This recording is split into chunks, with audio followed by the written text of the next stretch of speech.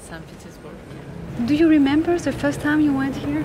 Yeah, I remember my feeling before I came here because my favorite city is Paris, and of course the favorite place is Opéra Garnier. 355. 355. Anne Berest. Podcast de Chanel. À l'Opéra de Paris. Creativity.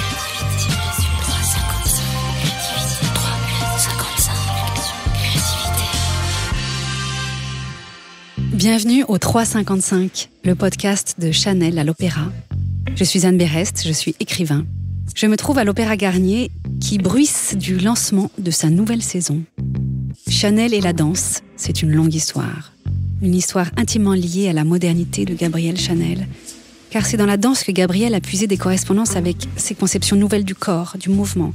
Au fond, une certaine idée de la liberté. Que signifie danser aujourd'hui ? Que dit le corps de notre époque ? Comment exprime-t-il sa modernité ?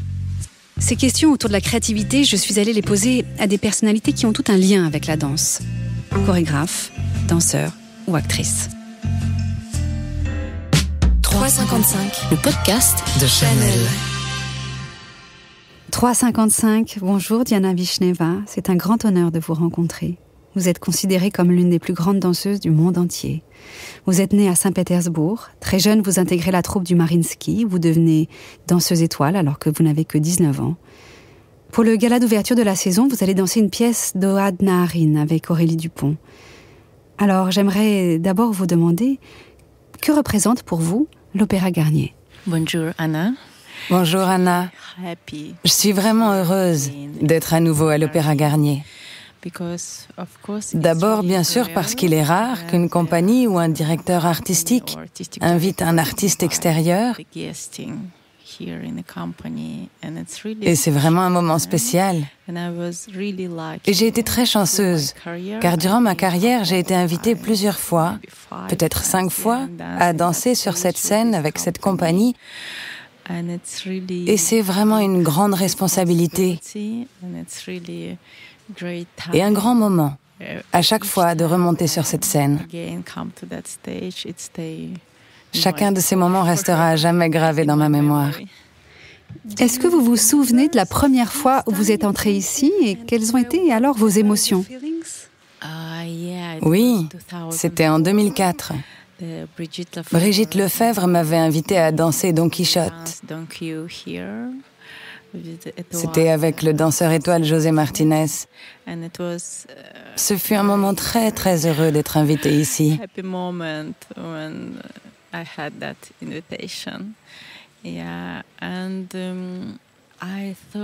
J'ai ressenti des émotions formidables en montant sur cette scène magique de l'Opéra Garnier.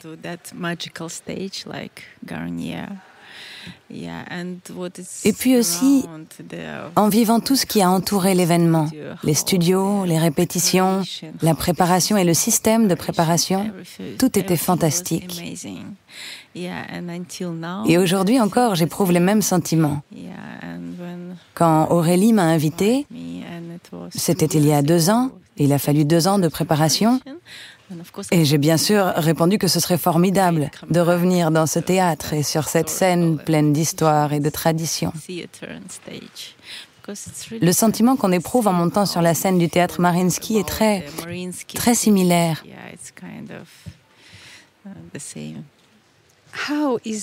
Que représente l'Opéra Garnier pour les danseurs russes ? Je ne sais pas pendant combien de temps, mais Rudolf Nureyev a été le directeur artistique de l'Opéra Garnier. Et c'est une belle connexion, parce qu'il est originaire de Saint-Pétersbourg, il a étudié à l'Académie de ballet Vaganova, il a dansé au théâtre Mariinsky, et il est ensuite devenu directeur du ballet de l'Opéra Garnier. Ce sont donc des liens très forts. Pour le gala, vous allez danser une pièce créée par Ohad Naharin avec Aurélie Dupont. Est-ce que vous pouvez nous dire quelle a été votre rencontre avec le chorégraphe et avec le boléro ? J'ai créé un festival contemporain qui s'appelle Contexte. Et il y a 2 ans, j'ai voulu... Enfin, je suis aussi toujours en train de chercher comment évoluer. et comment me développer en tant qu'artiste. Et évidemment, rencontrer et travailler avec Ohad, c'était comme un rêve. C'est très important d'essayer de comprendre d'autres styles, d'essayer de comprendre et d'apprendre beaucoup de choses très neuves. J'ai rencontré Ohad et je lui ai demandé ce que nous pourrions faire ensemble et comment il me verrait en style Gaga ou en tant qu'élément possible de la Batsheva Company pour un certain temps. Il m'a immédiatement répondu qu'il avait une pièce créée pour une jeune compagnie et qu'il serait formidable que je m'y joigne. Mais comme il s'agissait d'une pièce pour un couple, il fallait trouver la partenaire. Alors, j'ai essayé de chercher qui cela pourrait être. C'est une décision vraiment difficile, très importante pour moi, parce que le plus souvent, j'ai dansé avec des hommes en tant que partenaire. Et j'ai eu la chance tout au long de ma carrière de danser avec des danseurs extraordinaires, avec des artistes extraordinaires, mais rarement avec des femmes en tant qu'autre moitié du couple. Alors j'ai réfléchi et j'ai pensé à Aurélie. Mais la question restait, est-ce qu'elle acceptera ? Et lorsque je lui ai demandé, elle a immédiatement accepté en disant « Oh mon Dieu, c'est une idée formidable !» Alors nous avons été à Tel Aviv, rejoindre Ohad dans des endroits où il est depuis plus de 20 ans chorégraphe et directeur de compagnie. Nous y avons passé un très beau séjour avec Aurélie. Et nous nous sommes vraiment rencontrés d'une façon profonde. Quand vous connaissez les collègues et les danseuses étoiles des autres compagnies, c'est toujours un peu... Enfin, il n'est pas si fréquent que deux danseuses étoiles se rencontrent et collaborent ensemble sur scène. Mais j'ai pensé que vraiment notre duo fonctionnait dans notre façon de danser cette pièce. Nous sommes à la fois très différentes et très similaires. Nous avons en commun la puissance de l'âme, du cœur, de l'intérieur. Et en même temps, nous sommes ouvertes à l'autre et à ses points de vue. Être ensemble est un honneur pour moi et représente quelque chose de spécial pour nous deux, je pense. Je suis d'accord et je crois que c'est un exemple important parce que nous sommes à un moment très particulier pour les femmes dans le monde. Je crois que les femmes ont un besoin important de faire des choses ensemble en ce moment. Et Aurélie et vous, Diana, vous êtes exemplaires à ce titre-là. Est-ce que vous pouvez nous en dire un peu plus sur Contexte, le Festival international de danse contemporaine que vous avez créé? Durant ma carrière, je n'ai pas uniquement dansé le répertoire classique. Le répertoire de ma génération au Mariinsky a intégré la danse contemporaine, mais pas assez. Et parfois, j'ai l'impression qu'il n'y a pas assez d'espace pour le répertoire classique et que j'ai besoin de rencontrer d'autres chorégraphes, de travailler avec d'autres chorégraphes. J'ai besoin de créer spécialement pour moi. Et j'ai essayé de développer beaucoup de projets contemporains. Et puis, j'ai décidé qu'il fallait que je partage avec le public, qui, par tradition, et pour des raisons historiques, est plus habitué à une forme classique de la danse.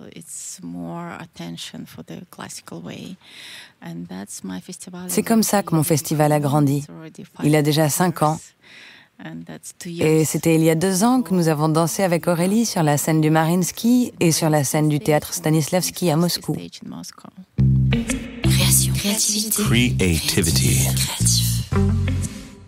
Pourquoi est-ce que c'est important pour vous de danser dans des ballets contemporains? Je crois qu'à notre siècle, pour être une étoile, une star, un premier rôle, il faut être universel. C'est vraiment un besoin pour moi d'être plus forte, d'être plus intéressante et d'être plus intéressante pour moi-même. Et il est aussi important de créer quelque chose de nouveau aujourd'hui. Et pas uniquement d'interpréter le passé, même s'il est formidable, et que c'est un honneur. Et pour moi, vraiment, c'est mes racines d'être une ballerine classique. Mais il faut aussi s'intéresser à ce qui se fait aujourd'hui, et sentir votre individualité, qui vous êtes, et éprouver votre force. Et quand le contemporain revient au classique, ça vous transforme, pas uniquement en tant que danseur, mais aussi en tant que personne. Ça vous aide à comprendre qui vous êtes, ce que vous voulez dire, comment vous l'adaptez physiquement par le corps et comment vous vous transformez en danseur contemporain. Quelle est votre définition d'un mouvement moderne? C'est-à-dire, qu'est-ce qui fait qu'un mouvement soudain est moderne? Ça dépend beaucoup du style. Si c'est un mouvement sur les pointes, si c'est un mouvement au sol, ça dépend du chorégraphe et de son style.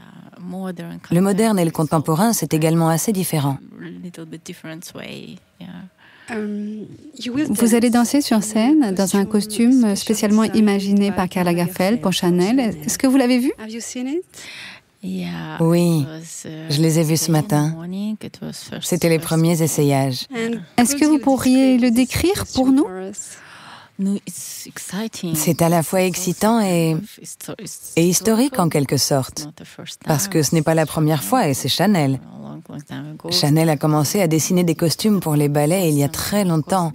Et c'est évidemment cette ligne qui continue et perdure, c'est formidable. Et c'est une chance de danser dans ces costumes créés spécialement pour nous. J'espère qu'ils seront... Je veux dire, nous les avons juste essayés, mais maintenant il faut les essayer dans le mouvement. Ils ont l'air si beaux, mais il faut voir à quel point ils s'adaptent au mouvement sur scène ou en studio. Il faut essayer. Donc, vous saviez ça, que Gabrielle Chanel avait imaginé et dessiné des costumes pour les ballets russes?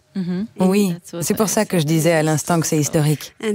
Disons à nos auditeurs que cette pièce était appelée Le Train Bleu. Le livret était de Jean Cocteau et le grand rideau ainsi que le programme avait été dessiné par Pablo Picasso.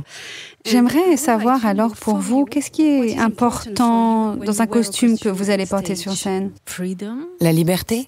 Le costume ne doit pas me limiter. Il doit être proportionnel. C'est très important sur scène que le costume respecte les proportions, les mensurations de la danseuse pour qu'elle puisse se sentir libre. Je voudrais qu'on relève ce mot qui est pour moi important, liberté. Je voudrais vous demander à quel moment et pourquoi est-ce que vous vous sentez libre sur scène? Ça demande une longue préparation, de longues répétitions, un long chemin pour comprendre les rôles et leurs mouvements, ce qu'il y a derrière, ce qu'il y avait avant, qui a tenu ces rôles avant vous, comment ils ont évolué à travers les générations. C'est beaucoup d'informations qu'il faut digérer intellectuellement avant de les envoyer dans votre corps, dans votre âme. Et après tout cela, ce parcours se ressent dans vos mouvements, dans vos émotions. C'est comme une sécurité, mais en réalité, vous n'êtes jamais en sécurité lorsque vous êtes sur scène. Et il est même très important de ne jamais être en sécurité, parce que c'est là l'espace pour que les choses arrivent, ce moment magique à partager avec le public. Et si vous plongez dedans, avec sérieux, alors apparaît la liberté. Et vous ressentez que vous n'êtes plus seul à danser pour vous-même, mais que quelque chose vient, comme une prière, qui donne sa magie à la scène et à ce que vous faites sur scène. Je ne sais pas si c'est vraiment clair. Non, vous êtes très clair. Et en plus, quand vous êtes en train de nous dire ça, il y a comme une lumière qui émane de vous. C'est très beau. Les auditeurs ne peuvent pas le voir, mais moi, je peux témoigner du fait que c'est très joli. Quelle est la relation que vous entretenez avec votre corps? C'est d'abord la douleur. C'est douloureux, ouais. Il faut faire avec ça. Mais on comprend ça dès l'enfance, que cette douleur va rester avec vous et que si vous continuez à danser, elle restera avec vous jusqu'à ce que vous arrêtiez de danser. Et quelle relation? D'abord, discipliner votre corps, s'en occuper, en prendre soin, tout en le poussant. Être doux et dur à la fois avec vous-même. À propos de vos années d'apprentissage, est-ce que vous pourriez retrouver une phrase, quelque chose qu'un professeur vous aurait dit et que vous n'auriez jamais oublié? Ne perds pas ton temps. Chaque jour, chaque leçon, chaque classe, chaque heure réclame ta concentration. C'est de ça que tes jours seront remplis, tes jours et tes nuits. Ce sont de petits pas, tout doucement, mais on comprend vite que c'est très intense. Comment était votre famille? Est-ce qu'elle était sensible à la danse? Non, je suis la première. Ils sont dans l'ingénierie, ingénieurs en chimie. C'était le rêve de ma mère d'être ballerine, mais c'était plus du domaine de l'illusion. Elle ne comprenait pas vraiment ce qu'il y a derrière cette profession, comment et combien elle est dure. Est-ce que vous vous souvenez du jour où vous avez compris que vous vouliez devenir danseuse? Quel a été le déclencheur? Oui, je me souviens que je dansais quand j'étais petite à l'école. Et vers la fin de l'année, il y avait un spectacle. Et la première fois pour moi, je me souviens des lumières et cette impression que vous tombez d'une montagne. C'est très stressant, c'est choquant, en même temps effrayant. Tout ça à la fois. Avec les années, est-ce que vous réussissez à être plus indulgente envers vous-même? J'ai bien sûr appris avec les années. J'essaye d'écouter plus, d'entendre mieux, de comprendre davantage. Avec la maturité, avec les enseignements qu'apporte l'expérience, et surtout maintenant, après ma grossesse. Oui. C'est aussi une nouvelle grande marche à gravir, de comprendre mon corps et de le reconstruire après avoir fait un enfant. À vrai dire, ce sont aussi des moments très inspirants d'être ici parce que c'est la première fois que je reviens, que je retravaille depuis la naissance de mon enfant. C'est une reconstruction qui prend du temps normalement et qui est très rapide pour moi. Mais c'est très motivant, ça me pousse. Parce que, comme je le disais, ce sont des moments uniques d'être à nouveau sur scène. Où est-ce que vous puisez votre créativité en tant que danseuse? L'imagination. Et bien sûr, vous pouvez étudier en classe. Ça peut être très inspirant. Et puis à travers les tendances, il y a aussi mon enfant. Il me donne beaucoup de puissance, beaucoup d'émotions. Je suis plus forte aujourd'hui. Ça peut être n'importe quoi, ça peut être la nature, des rencontres avec des amis ou juste parler avec Aurélie. Partager nos problèmes ou simplement les choses comme elles sont.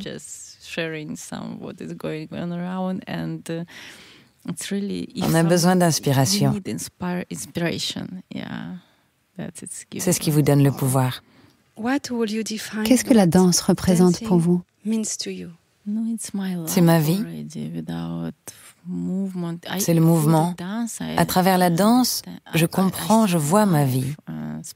Surtout lorsque je lis un livre ou lorsque je vais voir d'autres artistes sur scène, des drames ou des films.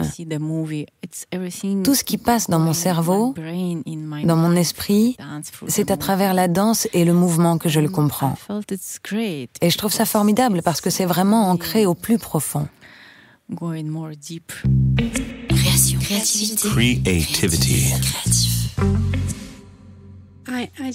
Pour finir, j'ai un petit questionnaire, quelques questions. Si vous étiez une partie de votre corps, Le cerveau. votre cerveau, Oui. Une partie de la danse que j'utilise dans mes jambes, je l'utilise aussi dans mon cerveau. si vous étiez un autre corps que le vôtre, J'aimerais être le vent. si vous étiez un personnage de ballet, Pour moi, le plus important, c'est la dramaturgie. Juste l'histoire. Vraiment. Le reste importe peu. ceci est ma dernière question pour nos auditeurs. Parce que peut-être parmi eux, il y en a qui ont envie de se lancer dans la danse ou qui ont des enfants qui ont envie de danser. Et pour eux, quel conseil est-ce que vous pourriez leur donner? Soyez honnête avec vous-même et soyez fou, insensé avec votre vision. Ouvrez grand les yeux, ouvrez grand l'esprit. Oui. Et n'ayez pas peur d'essayer des choses inhabituelles, des choses qui ressemblent vraiment à vos rêves et à votre richesse. N'ayez pas peur. Il y a tellement de règles et de gens pour vous décourager. Il est dur de trouver des gens qui vous soutiennent et qui vous inspirent vraiment. Mais il faut les trouver. Et vous devez croire en votre chemin et en votre façon de faire. Et ne pas écouter ceux qui cherchent à vous décourager. Trouvez la force dans votre cœur. Merci Diana, c'est très beau ce que vous nous avez dit. Merci. 355. 355.